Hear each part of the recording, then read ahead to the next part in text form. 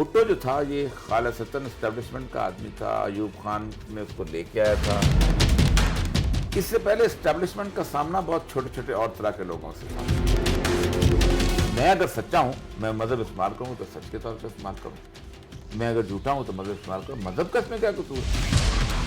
ترمین اللہ نے کہا کہ اسلام کو اگر آپ سیاست کے لیے استعمال کرتے ہیں تو وہ بھی توہین مذہب ہے. اور پاکستان میں اکثر اوقات صاحب جھوٹ بولتے ہیں.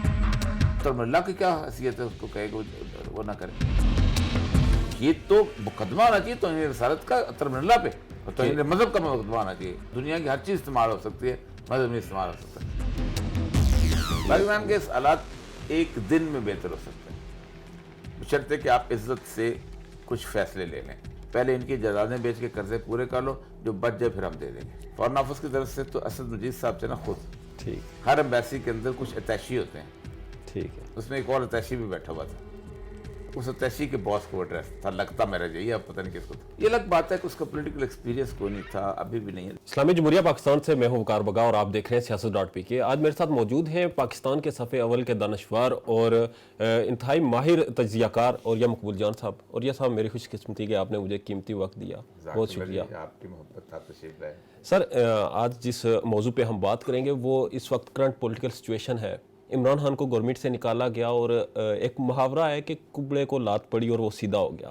کیا آپ سمجھتے ہیں کہ عمران خان کو گورنمنٹ سے نکالنا ہی ان کی سیاست کو سیدھا کر گیا ہے؟ دیکھیں, بنیادی طور پر میں سمجھتا ہوں کہ یہ ایک بہت بڑی بلیسنگ ڈسگائز ہوئی ہے عمران خان کے لیے نہیں بلکہ پاکستانی قوم کے لیے.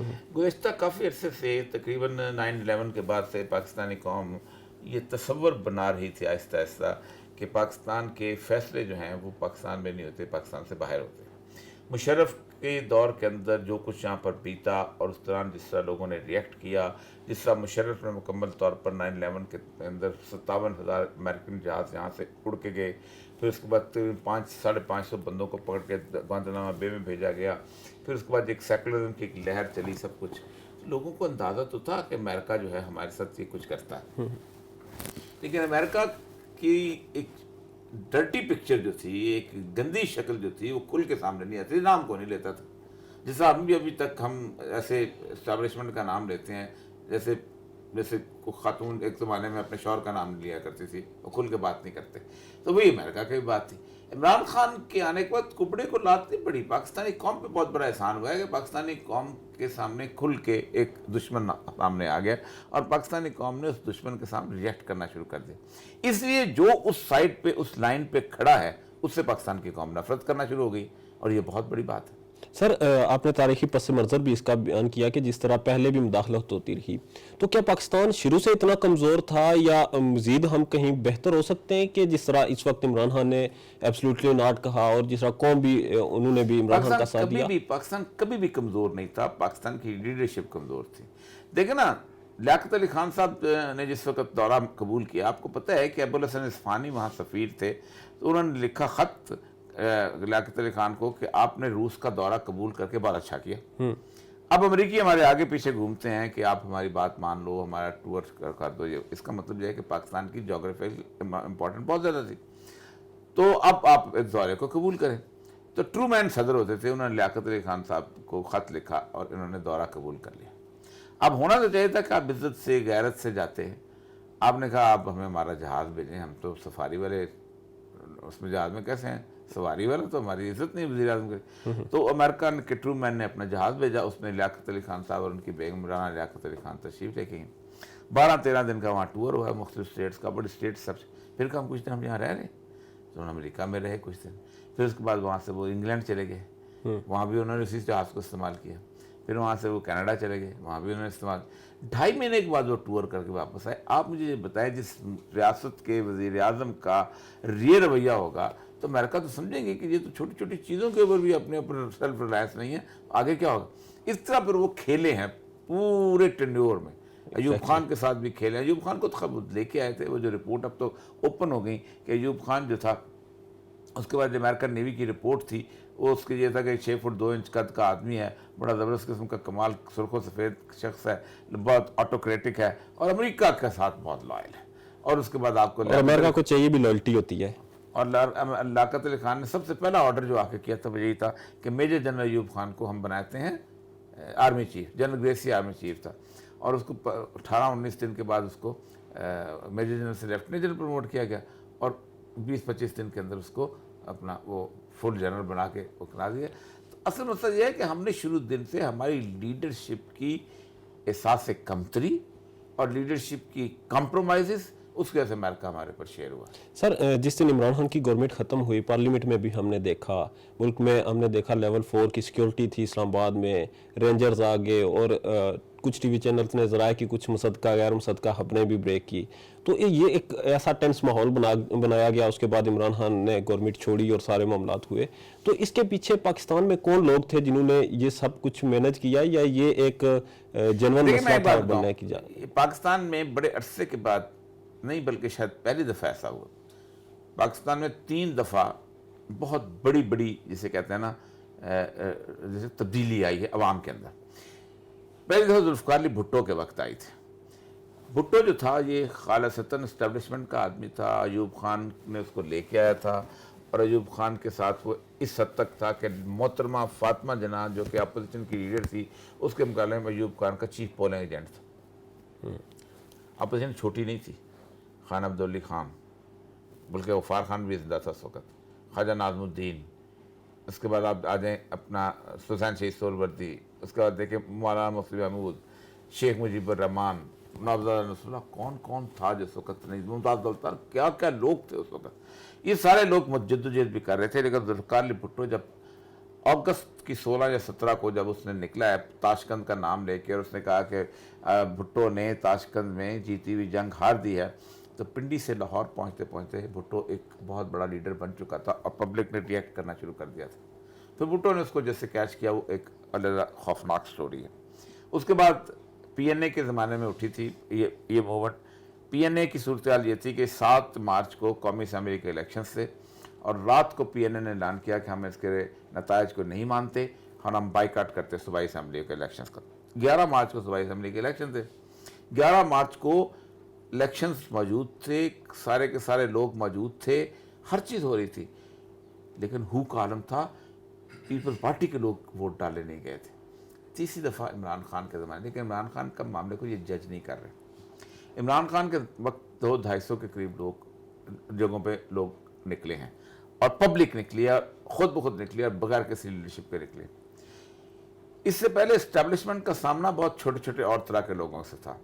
مثلا پہلے مولوی سے لڑتے تھے, اس کو دہشت گرد کہہ دیا, اس کو ریلیجیس فنڈامنٹلسٹ کہہ دیا, اس کو انتشار پھیلانا چاہتے ہیں, مذہب کے نام پہ ہوسٹیج کرنا چاہتے ہیں, سوات آپریشن کر لیا, وزیرستان آپریشن کر لیا, قوم پرست تھے, ملک کو علیحدہ کرنا چاہتے ہیں, یہ بلوچ ہیں, ان کے پیچھے انڈیا ہے. یہ اس دفعہ عمران خان کے ساتھ جو ہوا ہے, جنرل پبلک میں پڑھا لکھا طبقہ ریئیکٹ کیا ہے.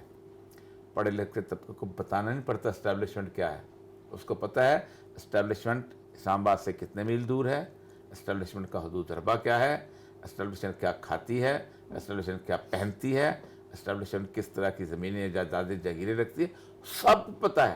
اس لیے اس دفعہ دشمن سمجھدار بھی ہے اور اس دفعہ اسٹیبلشمنٹ کا مقابلہ جو ہے ایک انتہائی ذہین قوم کے ساتھ پڑ گیا ہوا ہے اور شاید وہ اس کا مقابلہ نہیں کر پائے گی. سر سمیع ابراہیم صاحب آج کل مشکلات میں گرے ہوئے ہیں. پرائم منسٹر کا انٹرویو کرنے کے بعد سابق پرائم منسٹر کے حوالے سے بھی باتیں جا رہی ہیں کہ انہوں نے پاکستان کو توڑنے کی بات کی. خیر وہ ایک الگ بحث ہے اور کچھ اور جملے تھے جن کو توڑا مروڑا گیا.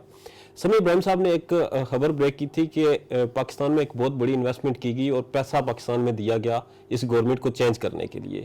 تو جن لوگوں نے پیسہ دیا تھا کیا وہ اپنے مقاصد میں کامیاب ہو چکے ہیں؟ نہیں, کبھی بھی نہیں ہو سکتے اس 2 وجہ. پہلی بات یہ ہے کہ یہ جو پرائم منسٹر کا جو بیان ہے نا, یہ اس سے پہلے 9 مئی کو میں نے ٹویٹ کیا تھا. اگر آپ کو ٹویٹ مل جائے تو میں نے ٹویٹ کیا تھا کہ مجھے لگتا ہے کہ شہباز شریف صاحب کی گورنمنٹ جو ہے وہ پاکستان کو ڈیفالٹ کرنے کے لیے لائی گئی ہے, اور ڈیفالٹ جب ہو جائے گا تو میں نے لکھا تھا کہ بادشاہ کی, تو انہوں نے تو بعد میں, اور یہ دنیا کا ہر بندہ کہہ رہا تھا کہ یہ صورتحال ہو, کہ کوئی نئی بات نہیں. دیکھیں یہ پاکستان میں آج سے 1.5 سال پہلے میں نے کہا تھا کہ 2 ملک ایسے ہیں جن کو آج کے جدید صورتحال کے اندر اس 1.5 سال کے اندر پرزنرز آف جغرافی کہا جا سکتا ہے, یعنی جغرافیے کے غلام کہا جا سکتا ہے, جغرافیے کے قیدی کہا جاتا ہے. کیوں کہا جا سکتا ہے؟ کیونکہ کنٹینمنٹ آف چائنا کا مسئلہ ہے، اس لیے ایک یوکرین اور دوسرا پاکستان۔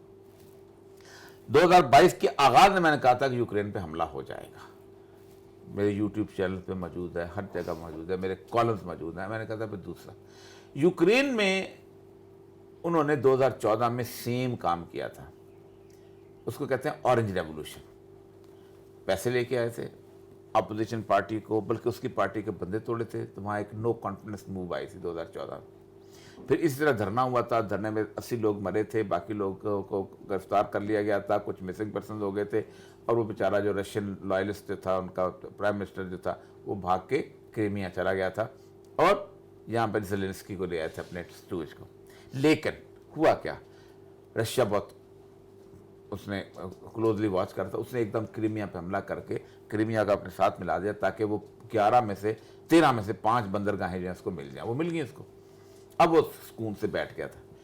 پھر انہوں نے چال چلی تھی کہ کیسے کریمیا کو آگے ہم یوکرین کو آگے ہم روس کے لیے تھریٹ بناتے ہیں۔ وہ پھر انہوں نے نیٹو to cut the story short, اگلا مسئلہ تھا پاکستان، کیونکہ چین اور پاکستان کو 2 ہی راستے ہیں سمندروں کے لیے، چین اور روس کو، ایک گوادر کا راستہ ہے اور دوسرا راستہ اس کا ہے۔ یہاں پر وہ ڈسٹیبلٹی چاہتے ہیں۔ کبھی بھی پاکستان کے اندر، میں نے لکھا تھا کہ پاکستان کے اندر کبھی بھی وہ استحکام نہیں چاہتے، کیونکہ استحکام آئے گا تو ہم کہیں گے 4 سی پیک بنا لو، استحکام آئے گا تو چائنیز یہاں سے گزریں گے۔ اس لیے یہاں پر ایک ایسی گورنمنٹ چاہتے ہیں کہ جو سٹیبل نہ ہو، اور اسی کے لیے انہوں نے یہ سارے کا سارا ڈرامہ جو رچایا ہے۔ اگر بات ہے سب سے بڑا دھچکا سی پیک کو لگے گا، اگر تو یہ سارا پلان تھا، وہ پلان سامنے نظر آ رہا ہے، کسی اندھے کو بھی نظر آتا ہے اب تو۔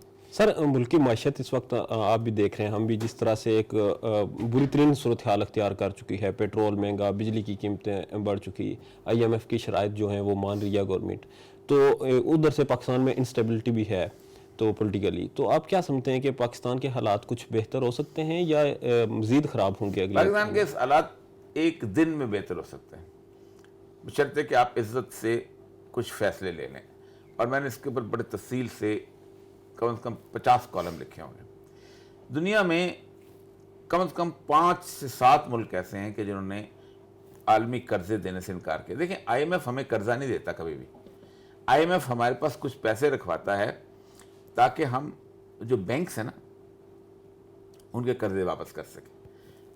مختلف ملک ہیں جو قرضہ دیتے ہیں، پیرس کلب ہمیں قرضہ دیتا ہے، مثلا ہمیں اور دوسرے بینک، انٹرنیشنل بینک قرضہ، IMF ان بینکوں کا محافظ ہوتا ہے، ہم پیسے رکھتے ہیں۔ ٹھیک، ایک ملک ہے ایکواڈور، اس میں 2016 میں ایک بندہ آ گیا، رالف کوریا، اس نے کہا کہ یہ جو قرضے ہیں نا یہ ہم نہیں واپس کریں گے آپ کو، کیونکہ یہ قرضے آپ نے چند لوگوں کے لیے دیے ہیں۔ انہوں نے ایک ڈیفینیشن کی، the loans which has been accrued for the benefit of the few are illegitimate۔ وہ قرضے جو چند لوگوں کے لیے خواہشات کی تکمیل کے لیے ہیں وہ illegitimate۔ انہوں نے ایک ڈیٹ آڈٹ کیا، 88% قرضے دینے سے انکار کر دیا، اپنے بانڈ وڈرا کر لیے وہاں سے، وال اسٹریٹ جرنل سے۔ آپ کو پتہ ہے کیا ہوا؟ دنیا پوری ان کے قدموں پہ جھکی کہ ہم سے طے کرو، اور دنیا نے مانا کہ تمہارے کم از کم 82% قرضے جو ہیں وہ ہیں باقی، اور طے کر لی۔ اس طرح پیراگوئے نے یہ کام کیا، ہم نے کہا تھا یہ کام آپ کو کرنا پڑے گا۔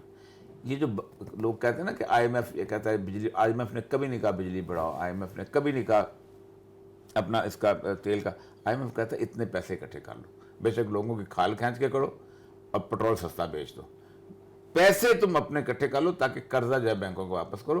بیسیکلی ان کا بینکوں کا محافظ ہے۔ سر، اس کا حل یہ بھی تو ہو سکتا ہے جو ملکی اشرافیہ ہے ان کے جو انہیں مراد دی جاتی ہیں وہ کم کر دی جائیں یا ختم کر دی جائیں۔ دیکھیں چلی نے، اس نے ارجنٹین نے کہا تھا، اس نے کہا یہ ہمارے لوگ تھے، اس کی یہ جائیدادیں پیرس میں ہیں، اس کی جائیدادیں لندن میں ہیں، یہ جنہیں فلاں یہ یہاں حکمران تھے، انہوں نے تمہارے ساتھ قرضے جو ہیں وہ سائن کیے، پہلے ان کی جائیدادیں بیچ کے قرضے پورے کر لو، جو بچ جائے پھر ہم دے دیں گے۔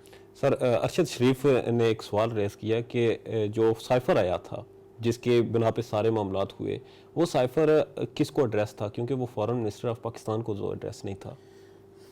اس سائفر میں اسد مجید جو تھا نا سفیر، اس کے ساتھ ایک اور بندہ بھی بیٹھا ہوا تھا پاکستان کے ایمبیسی کا، اچھا، اس کو بہت اچھی طرح پتہ ہے کہ کس کو ایڈریس تھا، اور اس بندے نے 3 دن کے لیے رکوایا تھا کہ یار رہنے دو، لیکن اسد مشیر نے کہا تھا چونکہ یہ میں فورن آفس کا ہوں اور فورن سیکرٹری کو جانا چاہیے تو اس نے فورن سیکرٹری کو بھیجا تھا، ٹھیک ہے، ورنہ وہ ڈائریکٹ آ جاتا. ٹھیک، اس نے بندے نے روکا. ایک اور بندہ بھی بیٹھا ہوا تھا اور وہ بندہ وہاں پوسٹڈ ہوتا ہے، ہر ایمبیسی کے اندر موجود ہے. ٹھیک ہے، پاکستان فورن آفس کی طرف سے. فورن آفس کی طرف سے تو اسد مجید صاحب سے نا خود ٹھیک، ہر ایمبیسی کے اندر کچھ اتیشی ہوتے ہیں. ٹھیک ہے، اس میں ایک اور اتیشی بھی بیٹھا ہوا تھا. اس اتیشی کے باس کو ایڈریس تھا، لگتا میرا جائیے، اب پتہ نہیں کس کو تھا. ٹھیک ہے سر. آخر میں مجھے یہ بتا دیں، آپ نے اسلاموفوبیا پہ بہت زیادہ آپ نے بولا بھی، لکھا بھی. عمران خان کی بھی تقاریر ہیں جس طرح انہوں نے یونائٹڈ نیشن میں بولا. تو آپ عمران خان کے کردار کو کس طرح نظر سے انالائز کرتے ہیں اس سارے؟ لیکن عمران خان کے میں لمبے چوڑے کردار کو تو نہیں کرتا، لیکن عمران خان کے کانسیپٹ بعض مسئلوں میں بہت کلیئر ہے.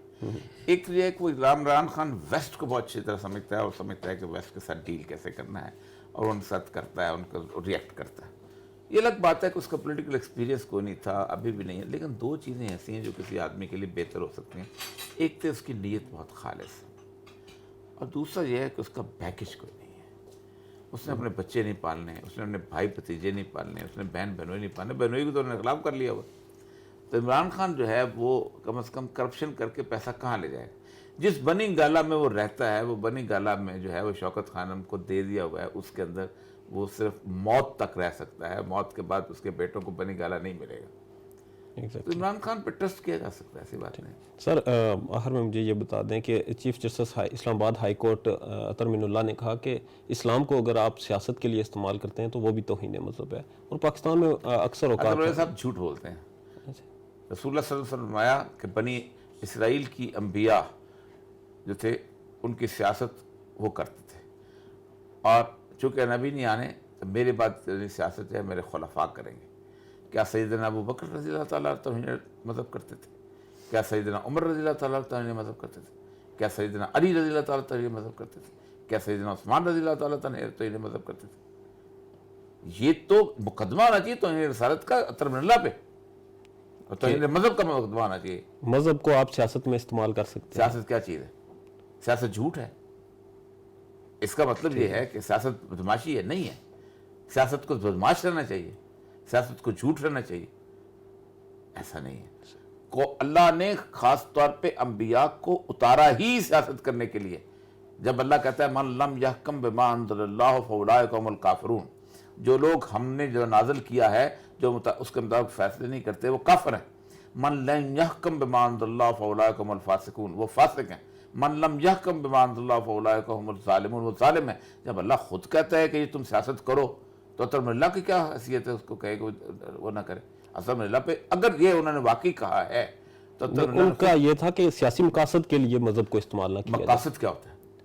اگر آپ کا کوئی ایجنڈا ہے آپ اس کو پورا کرنے کے لیے مذہب کا سہارا لیتے نہیں. ایجنڈے کے ہر چیز، دنیا کی ہر چیز استعمال ہو سکتی ہے، مذہب نہیں استعمال ہو سکتا.